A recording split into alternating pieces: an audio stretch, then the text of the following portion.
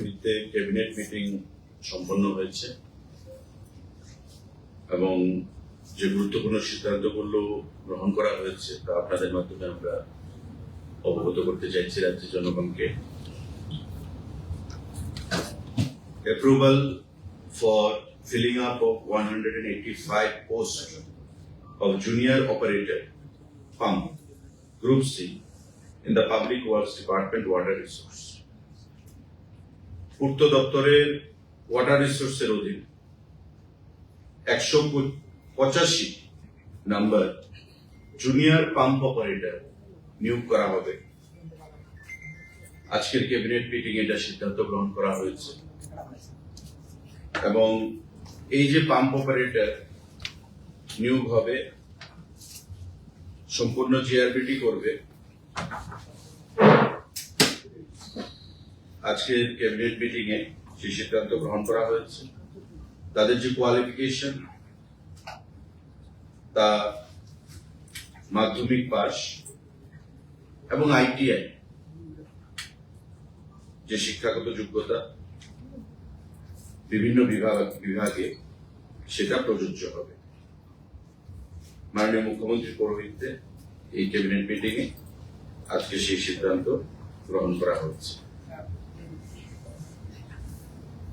Madhyamik or its equivalent examination passed from any recognized board, institution with certificate from ITI on fitter, motor mechanics, diesel mechanics, welder, electrician trade.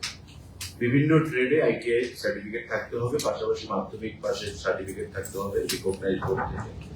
এবং এই পরীক্ষা জিআরবিটির মাধ্যমে সম্পন্ন হবে। 185 post pump junior pump operator আজকের cabinet meeting এ এটা সিদ্ধান্ত গ্রহণ করা হয়েছে। আমাদের আরেকটি গুরুত্বপূর্ণ সিদ্ধান্ত সাংবাদিক বন্ধুরা, direct recruitment of 57 vacant faculty post, এর মধ্যে 17টা প্রফেসর, 20 জন অ্যাসোসিয়েট প্রফেসর এবং 20 জন assistant professor animal resource development ডিপার্টমেন্টে রেগুলার পে বেসিসে ভেটেরিনারি যে সায়েন্স কলেজ রয়েছে আমাদের আরকে নগরে সেখানে রিক্রুটমেন্ট করা হবে। টিপিএসসির মাধ্যমে রিক্রুটমেন্ট করা হবে। 57 জন ফ্যাকাল্টি, অ্যাসিস্ট্যান্ট প্রফেসর 20 জন, অ্যাসোসিয়েট প্রফেসর 20 জন এবং 17 জন প্রফেসর। এই 57 জন ভ্যাকেন্ট পোস্ট নিয়োগ করা হবে টিপিএসসির মাধ্যমে। আজকে ক্যাবিনেট বৈঠকে এটা সিদ্ধান্ত গ্রহণ করা হয়েছে। চাকরির ক্ষেত্রে আরেকটা গুরুত্বপূর্ণ সিদ্ধান্ত, proposal for filling up of 310 নং post of Tripura Engineering Service, Grade 5 and Tripura Engineering Service, Grade 5A and Grade 5B, Junior Engineer, Civil, Mechanical and Electrical under Public Works Department, Government of Tripura. PWD দপ্তরের অধীন total 310 খানা post junior engineer নিয়োগ করা হবে। তার মধ্যে Tripura engineering service grade 5A category এবং Tripura engineering service grade 5B category. যেটা এ ক্যাটাগরি জুনিয়র ইঞ্জিনিয়ার, তার শিক্ষাগত যোগ্যতা হচ্ছে ডিগ্রি মানে বিটেক, আর যেটা গ্রেড 5B জুনিয়র ইঞ্জিনিয়ার তার শিক্ষাগত যোগ্যতা হচ্ছে ডিপ্লোমা। 310 খানা পোস্ট, এর মধ্যে ডিগ্রি সহযোগে সিভিল 169 জন, মেকানিক্যাল 8 জন এবং ইলেকট্রিক্যাল 18 জন। টোটাল 195টা পোস্ট ডিগ্রি যারা ইঞ্জিনিয়ার হোল্ডার রয়েছে, ইঞ্জিনিয়ারিং এর ডিগ্রি হোল্ডার, টোটাল 195টা পোস্ট তাদের হবে জুনিয়র ইঞ্জিনিয়ার গ্রেড এ, আর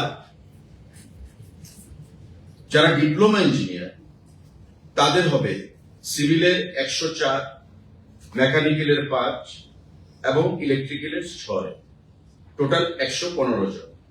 তারা হবে, তাদেরকেও জুনিয়র ইঞ্জিনিয়ার হিসেবে নিয়োগ করা হবে, কিন্তু তারা হবে গ্রেড বি। অর্থাৎ যাদের ডিগ্রি রয়েছে তারা হবে জুনিয়র ইঞ্জিনিয়ার গ্রেড 5A, আর যাদের ডিপ্লোমা রয়েছে তাদের বলা হবে junior engineer grade 5B। Total post 310 খানা টিপিএসসি এর মাধ্যমে নিয়োগ করা হবে। আজকের ক্যাবিনেট বৈঠকে এই সিদ্ধান্ত গ্রহণ করা হয়েছে। সাংবাদিক বন্ধুরা, আপনারা জানেন আমাদের রাজ্যের মেয়ে অস্মিতা দে, শ্রীমতী অস্মিতা দে ইতিমধ্যে ভারতবর্ষের গর্ব হিসেবে নিজেকে প্রতিষ্ঠিত করেছে। কমনওয়েলথ গেমসে গ্লাসগোতে স্বর্ণপদক জিতে জুডোতে, এবং আজকে সে ত্রিপুরাতে রয়েছে। রাজ্য সরকার 2.5 ঘন্টা জায়গা প্রদানের সিদ্ধান্ত সেটা গ্রহণ করেছে শ্রীমতী অস্মিতা দেকে, এবং তার যে premium proposal for waiving of allotment premium amounting to 33,50,239 for allotment of land measuring 0.0500 acres at Moja, Agartala sheet number 12 under Shodor subdivision in favor of Srimati Oshmita De, gold medalist in judo at the Commonwealth Games 2026 held at Glasgow for homestead purpose. ঘর নির্মাণ করার জন্য 2.5 ঘন্টার মতো জায়গা তাকে প্রদান করা হয়েছে। এই যে মোজা শীট নাম্বার আমি বললাম, অভিনবস্থিত কোন একটি জায়গা, এবং তার যে প্রিমিয়াম, যেহেতু অ্যালটমেন্ট, তার যে প্রিমিয়াম 33,50,239 টাকা, সেটা মুকুব করা হয়েছে। আজকের ক্যাবিনেট বৈঠকে এটা সিদ্ধান্ত গ্রহণ করা হয়েছে মাননীয় মুখ্যমন্ত্রীর পৌরোহিত্যে। 33,50,239 টাকা, এটা প্রিমিয়াম। অ্যালটমেন্ট দিলে আপনারা জানেন যে প্রিমিয়াম দিতে হয়, ওই অ্যালটমেন্টের প্রিমিয়াম সেটা। সাংবাদিক বন্ধুরা, আমাদের রাজ্যে সরকারি চাকরির ক্ষেত্রে পিআরটিসি বাধ্যতামূলক ছিল, এবং আমাদের সরকার আসার পর সেটা আমরা ম্যান্ডেটরি করেছিলাম যে কোনো অ্যাসপিরেন্ট চাকরির ক্ষেত্রে পিআরটিসি থাকতে হবে ত্রিপুরা রাজ্যে, পার্মানেন্ট রেসিডেন্ট সার্টিফিকেট। এই নিয়ে দিল্লির একজন বাসিন্দা ত্রিপুরা হাইকোর্টে মামলা করেছিল, এবং ত্রিপুরা হাইকোর্ট বলেছে যে এটা ভারতবর্ষের সংবিধানের আর্টিকেল 16(3) কে হিট করছে, কন্ট্রাডিক্ট করছে। সুতরাং রাজ্য সরকারকে সেটাকে রিভিউ করার জন্য নির্দেশ পাঠায় মাননীয় হাইকোর্ট। আজকের ক্যাবিনেট মিটিং এ পিআরটিসি যে direct recruitment under administrative control of government of Tripura, এটা ক্যান্সেলেশনের জন্য সিদ্ধান্ত হয়েছে। কিন্তু পাশাপাশি রিক্রুটমেন্ট রুলসে রাজ্যের যেটা পিআরটিসি বাধ্যতামূলক ছিল, এখন তার পরিবর্তে বাধ্যতামূলক করা হয়েছে the candidate must have completed regular schooling for at least 5 years in between class 1 to class 12 from a schools located in the state of Tripura. অর্থাৎ 5 বছর কন্টিনিউয়াস সে পড়াশোনা করেছে ত্রিপুরা রাজ্যে, স্কুলিং, যে কোনো স্কুলে, তাকে বিবেচিত করা হবে যারা চাকরিজীবী বা চাকরি চায়, যারা জব সিকার, যারা ত্রিপুরা রাজ্যে সরকারি চাকরি পেতে চায়, তারা ত্রিপুরা রাজ্যে যে কোনো স্কুলে ক্লাস 1 থেকে ক্লাস 12 পর্যন্ত 5 বছর অ্যাটলিস্ট পড়াশোনা করতে হবে। Then you will be eligible to take part in the interview process. আগে যেটা ছিল পিআরটিসি, সেটাকে ক্যান্সেল করে এই ক্লজ এখানে ঢোকানো হয়েছে। আজকের ক্যাবিনেট মিটিং এ সেটা সিদ্ধান্ত গ্রহণ করা হয়েছে, কারণ আগের যে প্রভিশনটা, it was contradicting directly the article 16 of Indian constitution. সাংবাদিক বন্ধুরা, আমাদের আজকের ক্যাবিনেট বৈঠকে আরো নতুন 4টে ফায়ার স্টেশন, বক্সনগর, মনোবঙ্কুল, গঙ্গানগর এবং গর্জি, 4টি স্থানে ফায়ার সার্ভিস ডিপার্টমেন্টের অধীন নতুন 4টে ফায়ার স্টেশন স্থাপনের সিদ্ধান্ত গ্রহণ করা হয়েছে। পাশাপাশি আমাদের জেনারেল অ্যাডমিনিস্ট্রেশন পলিটিক্যাল ডিপার্টমেন্ট, আপনারা জানেন যে যারা এক্স সার্ভিসম্যান সেনাবাহিনীতে চাকরি করতো, তাদের যে ফ্যামিলি, তাদেরকে রাজ্য সরকারের তরফ থেকে কিছু গ্রান্ট দেওয়া হয়। সেই গ্রান্টের যে অ্যামাউন্ট, সেটা বৃদ্ধি করা হচ্ছে। যেমন এখানে সাবজেক্টে বলা হয়েছে enhancement of various grants under Tripura amalgamated special fund for reconstruction and rehabilitation of ex serviceman issuation of notification দেওয়া। আমাদের বিভিন্ন ক্ষেত্রে সৈনিক বোর্ড এবং রাজ্য সরকার এক্স সার্ভিসম্যানদের ফ্যামিলির জন্য বিভিন্ন সুযোগ সুবিধা বা কিছু গ্রান্ট তারা প্রদান করে আসছে, এবং কিছু জিনিস যেমন মেইনটেনেন্স এন্ড আপকিপ অফ সৈনিক rest house one time grant 20 lakh টাকা প্রদান করা হচ্ছে, যেটা জিবির আশেপাশে রয়েছে সৈনিক রেস্ট হাউস, সেটাকে রিনোভেশন বা রিস্ট্রাকচারিং করা হবে, 20 লক্ষ টাকা দেওয়া হচ্ছে। এটা ওয়ান টাইম নতুন স্কিম, ওয়ান টাইম গ্রান্ট দেওয়া হচ্ছে। Financial assistance to lance naik Uday Debbarma, one time grant 4 lakh টাকা প্রদান করা হচ্ছে। আমাদের emergency relief fund for ex serviceman and their dependents, আগে ছিল 5,000 টাকা, এখন এটাকে 50,000 টাকা করার সিদ্ধান্ত গ্রহণ করা হয়েছে। Scholarship stipend for class 1 to class 12, যারা এক্স সার্ভিসম্যান ফ্যামিলি, 3,000 টাকা ছিল, সেটাকে 7,000 টাকা করা হয়েছে। ডিগ্রি ডিপ্লোমা কোর্স পড়াশোনার জন্য 6,000 টাকা ছিল, 12,000 টাকা করা হয়েছে। মেরিটোরিয়াস স্কলারশিপ 9,000 টাকা থেকে 14,000 টাকা করা হয়েছে। Monthly maintenance allowance to the wife's 12,000 ছিল, সেটা 15,000 করা হয়েছে। Laptop to one girl child of widow of ex-servicemen who passed higher secondary, মানে class 12, আগে ছিল 80% মার্কস পেতে হবে, এখন 60% মার্কস পেলে সেটা এলিজিবল হবে। অর্থাৎ laptop to one girl child, একটা মেয়েকে উইডো এক্স-সার্ভিসম্যান যার স্বামী মারা গেছে, ওই বিধবা মেয়েকে 80% মার্কস আগে পেতে হতো, এখন 60% মার্কস পেলে তাকে ল্যাপটপের জন্য অর্থ দেওয়া হবে। তো এই সিদ্ধান্তগুলো আজকে গ্রহণ করা হয়েছে জিএ পলিটিক্যাল ডিপার্টমেন্ট থেকে, যারা এক্স সার্ভিসম্যান তাদের পরিবারের জন্য।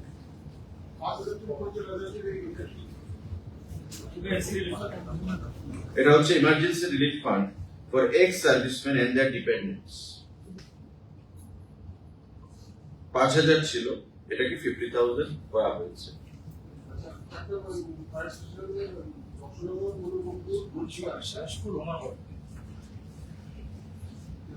বক্সনগর, মনোবঙ্কুল, গঙ্গানগর এন্ড গর্জি।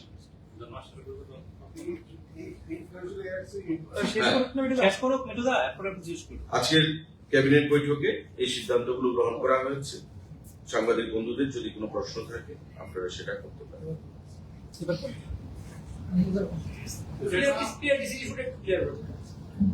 পিআরটিসি আমাদের রাজ্যে যে কোনো চাকরির ক্ষেত্রে বাধ্যতামূলক ছিল। পার্মানেন্ট রেসিডেন্ট সার্টিফিকেট ত্রিপুরা রাজ্যের ছাত্র ছাত্রীরা, ত্রিপুরা রাজ্যের যুবকদেরকে সুবিধা দেওয়ার জন্য। কিছুদিন আগে দিল্লির কোন এক বাসিন্দা হাইকোর্টে মামলা করে, যেটা আর্টিকেল 16 ভারতবর্ষের সংবিধানে, সে আর্টিকেল 63 কে হিট করছে বা কন্ট্রাডিক্ট করছে। তো স্বাভাবিকভাবেই ত্রিপুরা হাইকোর্ট রাজ্য সরকারকে সেই বিষয়টা খতিয়ে দেখার জন্য নির্দেশ প্রদান করে। এবং ত্রিপুরা হাইকোর্টের এই নির্দেশ আসার পর সেটা পিআরটিসির যে বাধ্যতামূলক বিষয়টা ছিল সেটাকে ক্যান্সেল করা হয়েছে। কিন্তু পাশাপাশি এখন থেকে যে কোনো সরকারি চাকরির ক্ষেত্রে যারা অ্যাপ্লাই করবে তাদের অন্তত ত্রিপুরা রাজ্যের ক্লাস 1 থেকে 12 এর মধ্যে 5 বছর পড়াশোনা করতে হবে এক নাগারে। এটা 1 থেকে 5 হতে পারে, এটা 5 থেকে 10 হতে পারে, এটা 5 বছর অন্তত কিউমুলেটিভ 5 বছর পড়াশোনা করতে হবে, এটা বাধ্যতামূলক করা হয়েছে। পিআরটিসি ক্যান্সেল করা হয়েছে, কিন্তু যারা প্রতিযোগিতামূলক পরীক্ষায় অংশ নিতে চায় ত্রিপুরা রাজ্যে চাকরির জন্য তাদের ত্রিপুরা রাজ্যে 5 বছর পড়াশোনা করতে হবে। স্কুল সার্টিফিকেট এখন ত্রিপুরা রাজ্যে যে কোনো স্কুলে যদি পড়াশোনা করে তো নিশ্চয়ই বোর্ডের বা স্কুলের কাছে সেই রেকর্ড থাকবে। এখন মাধ্যমিক পাস ত্রিপুরা থেকে করবে, তো মাধ্যমিক পাস করলে সে বোর্ডের থেকে সার্টিফিকেট থাকবে, বা তার আগে 5 বছর তো তার পড়াশোনা করতে হবে যে কোনো স্কুলে যদি পড়াশোনা করে তবে স্কুলের কাছে থাকবে বা ডিস্ট্রিক্ট অথরিটির কাছে সেটা থাকবে, তো তার ভিত্তিতে তাকে অ্যাপ্লাই করতে হবে। স্কুল সার্টিফিকেট 5 বছর পড়াশোনা, কন্টিনিউয়াস 5 বছর পড়াশোনা। Continuously at a stress, or it may be a break also within class 12. No, it was at a stress. At a stress. It is at a stress. আচ্ছা, কালকে একটা চিঠি পাঠিয়েছিলেন বিমান কমা এবং ভাড়া বাড়া সংক্রান্ত ইস্যুতে, কোনো রিপ্লাই কি এসছে বা এটার আপডেট কি আছে? না, এটা মাননীয় মুখ্যমন্ত্রীও আজকে সাংবাদিকদের প্রশ্নের জবাবে যে কোনো একটা অনুষ্ঠানে বলছিলেন, উনিও বিষয়টা দেখছেন। আমিও কেন্দ্রীয় সিভিল এভিয়েশন মিনিস্টারকে চিঠি পাঠিয়েছি এবং আমি ব্যক্তিগতভাবে গিয়ে ওনার সঙ্গে কথা বলবো। সেই বিষয়টা আমাদের আসলে এয়ারলাইন যে সার্ভিস প্রোভাইডার, যারা সার্ভিস প্রোভাইড করে আমাদেরকে, তারা ডিকন্ট্রোল রাজ্য কেন্দ্রীয় সরকারের ডাইরেক্ট অধীনে নেই। আর আমাদের রাজ্য সরকারের তো তাদের সাথে কোনো লিঙ্কেজই থাকে না। কিন্তু অনেকের ধারণা যে রাজ্যের পরিবহন দপ্তরের অধীনে হয়তো সিভিল এভিয়েশন বা রেল এই জিনিসগুলো, কিন্তু সেটা সঠিক নয়। তাই আমরা রিকোয়েস্ট করতে পারি, আমরা দাবি জানাতে পারি যে জিনিসটা আমরা এবং মাননীয় মুখ্যমন্ত্রীও সেটা করেছে। কিন্তু দেখা যাবে আমরা যখন কথা বলবো, মাননীয় মুখ্যমন্ত্রী কথা বলবে, আগামী দিনে আমরা চেষ্টা করবো যাতে এয়ারলাইনের সংখ্যা না কমানো। So what are the reason behind it? মানে we often find যে প্রচন্ড ভিড় থাকে in this route particularly এবং infrastructure is what is the reason, and there is also a subsidy in the fuel also. It is best known to the companies only, because these all are profit earning companies. They must look for earning profit only. They are bent upon profit only, earning profit. So we can take up the matter with the authorities, which we have done earlier also, and our Honorable Chief Minister has also been kind enough to take up the matter with Union Civil Aviation Minister on several occasions. And I myself have also written a letter to the Honorable Civil Aviation Minister yesterday, but the response is still awaited. Let's see, and our effort will be always to maintain the status quo. উড়ান প্রকল্প রয়েছে, উড়ান প্রকল্পের অধীনে দেখুন, উড়ান প্রকল্প একটা, কিন্তু প্রকল্পকে implement করতে গেলে উড়ানের মধ্যে তো টেন্ডার বেসিস। এখন যে এজেন্সিকে, এয়ারলাইন কোম্পানিকে দায়িত্ব দেওয়া হবে, সেই এয়ারলাইন কোম্পানি নিজের প্রফিটটার কথা চিন্তা করে তারা বিমান চলাচল করবে। এখন ওই সমস্ত কোম্পানিগুলো যদি না আসে, রাজ্য সরকার বা কেন্দ্রীয় সরকার কিছু করতে পারবে। যেমন আমি কৈলাসহর এয়ারপোর্টের কথাই বলছি, এটা নিয়ে আগেও আলোচনা হয়েছে। রাজ্য সরকার আন্তরিক এই বিষয়টা নিয়ে, মাননীয় মুখ্যমন্ত্রী আন্তরিক, মিটিংও করেছেন, আমিও করেছি, দিল্লি থেকে প্রতিনিধি দল এসেছে।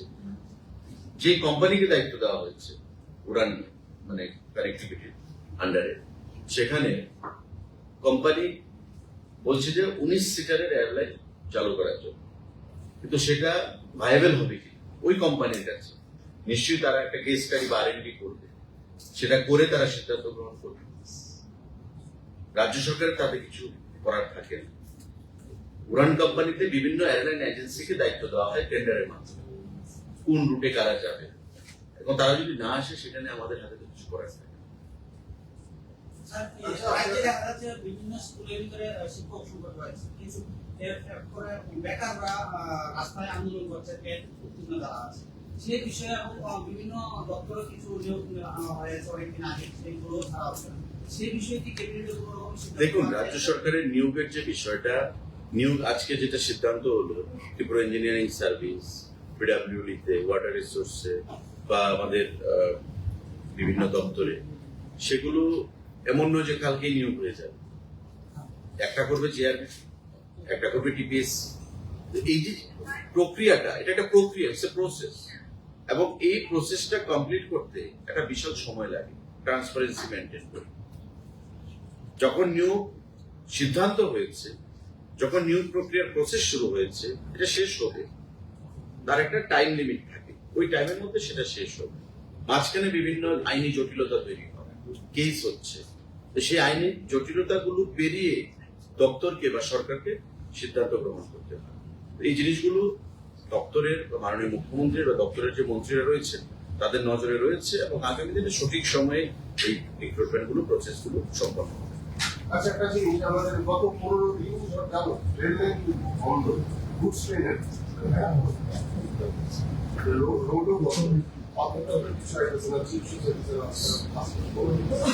এগুলো প্রসেস দ্রুত করার জন্য রাজ্য সরকার রেলওয়ের, আপনি জানেন যে প্রবল বর্ষণ চলছে, এবং বর্ষণের ফলে নর্থ ইস্টের আমাদের আসাম আগরতলার যে লাইন বিভিন্ন সময় ডিরেলমেন্ট বা ডিসরাপশন হয়, সেগুলো আমরা এনএফএম এর সাথে কথা বলেছি, কিন্তু এখন পর্যন্ত সিরিয়াসনেস যে বিষয়টা সিরিয়াস নয়। নতুবা আমাদের পেট্রোলের ট্যাঙ্কার কি করে আসছে, গাড়িগুলো কি করে আসছে, আমাদের পেট্রোলে তো কোনো ক্রাইসিস নেই, বা আমাদের নিত্য প্রয়োজনীয় দ্রব্য সামগ্রী এমন না যে আটকে রয়েছে, ক্রাইসিস রয়েছে। তো সিরিয়াস ততটুকু নয়, তবে কিছু ডিসরাপশন রয়েছে। এনএফ রেলওয়ে থেকে আমরা আলোচনা করেছি, সেগুলো দ্বারা শারীরিক কাজ, যুদ্ধগুলির তৎপরতায় শারীরিক কাজ চলছে। স্যার, যেটা পিআরটিসি বাধ্যতামূলক নয়, যেটা স্কুলের সার্ভিস কবে থেকে লাগু করবে স্যার? ইমিডিয়েট নেক্সট যত প্রসপেক্টিভ যে রিক্রুটমেন্ট গুলো হয়ে গেছে, সেগুলো হয়ে গেছে ইমিডিয়েটলি। এখন থেকে, যেমন আজকে আমরা অনেকগুলো চাকরির ঘোষণা দিলাম, এখান থেকে এগুলো চালু হবে। প্রসপেক্টিভ মানে henceforth, এখন থেকে যা নিয়োগ হবে এই নতুন আইনে বা নতুন সিদ্ধান্তে নিয়োগ হবে।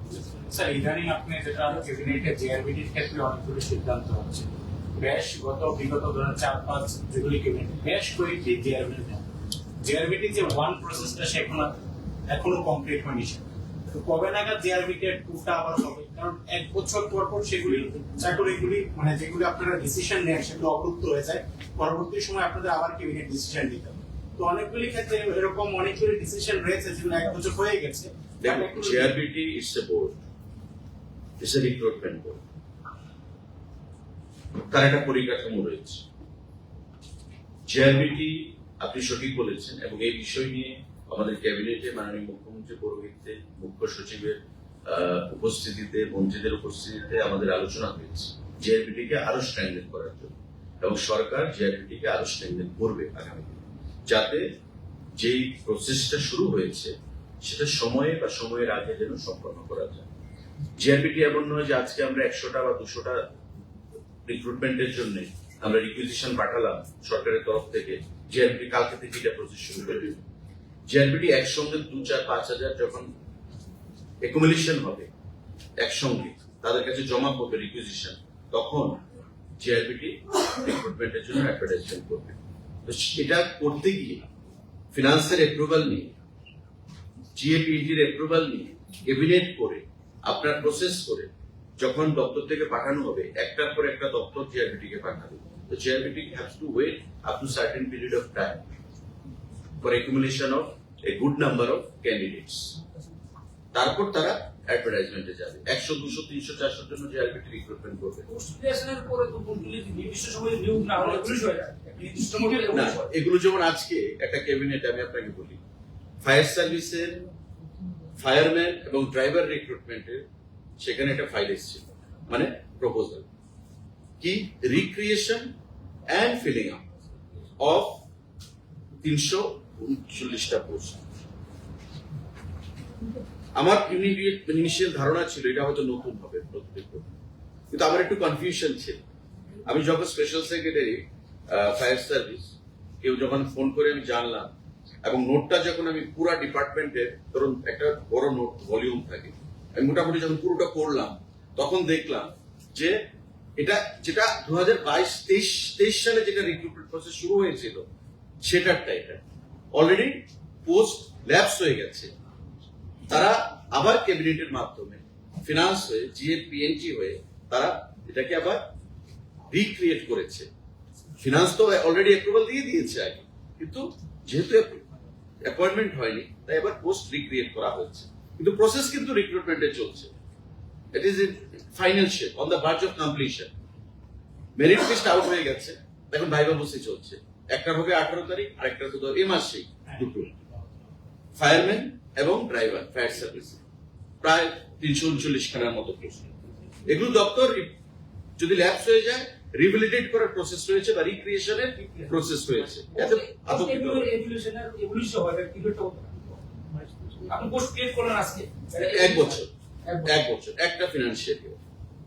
যদি এক বছরের মধ্যে না হয় এটা আবার রিক্রিয়েট করতে হয় বা রিভ্যালিডেট করতে হয়। রিভ্যালিডেট করতে হয় টাকা পয়সার ক্ষেত্রে, অ্যামাউন্ট ফিনান্সের ক্ষেত্রে, আর পোস্টের ক্ষেত্রে সেটাকে রিক্রিয়েট করতে হয়, যেটা আজকে করিয়ে নিয়েছে তারা। এটা রিক্রুটমেন্ট প্রসেসে এটা কোনো হিন্ডারেন্স হবে না। যেটা রিক্রুটমেন্ট চলছে কিন্তু যেহেতু ওই টাইমের মধ্যে অ্যাপয়েন্টমেন্ট দেওয়া যায়নি তাই পোস্টটাকে আবার রিক্রিয়েট করে নেওয়া হয়। Sir, like IAS and IPS, why can't JRBT also have at least a yearly routine that at a fixed date they'll have an examination? Why can't that be created? At least in a- Like UPSC means. Yeah. See, UPSC is a vast body. You know what is the number of aspirants or candidates participate for IAS and IPS every year? It's more than 22 lakhs, 23 lakhs. So the number is huge. UPSC can bank on that. But JRBT cannot bank on a bigger amount or bigger figure of 200 and 300 and 400. They can wait at least for a sizable figure of 3,000, 4,000 or 5,000, which happened earlier when we started the I process was of talking JRBT. not only the teachers recruitment also, because Right. every day there are those who go for completion of their terms. Exactly. There are teachers, the schools are running without teachers. That is also a fact. But since your government want to go for quality education, better education system, why can't that be done in a See, regular basis, teachers? There is constraint of fund. There is constraint of fund. You understand? No? There is constraint of fund. The department, the government, or the chief minister, the concerned ministers, they are always eager to give maximum number of employment to the unemployed youths of the state. We want livelihood to be given or provided to each and every household by any means. But we have to follow certain policy, rule, regulation.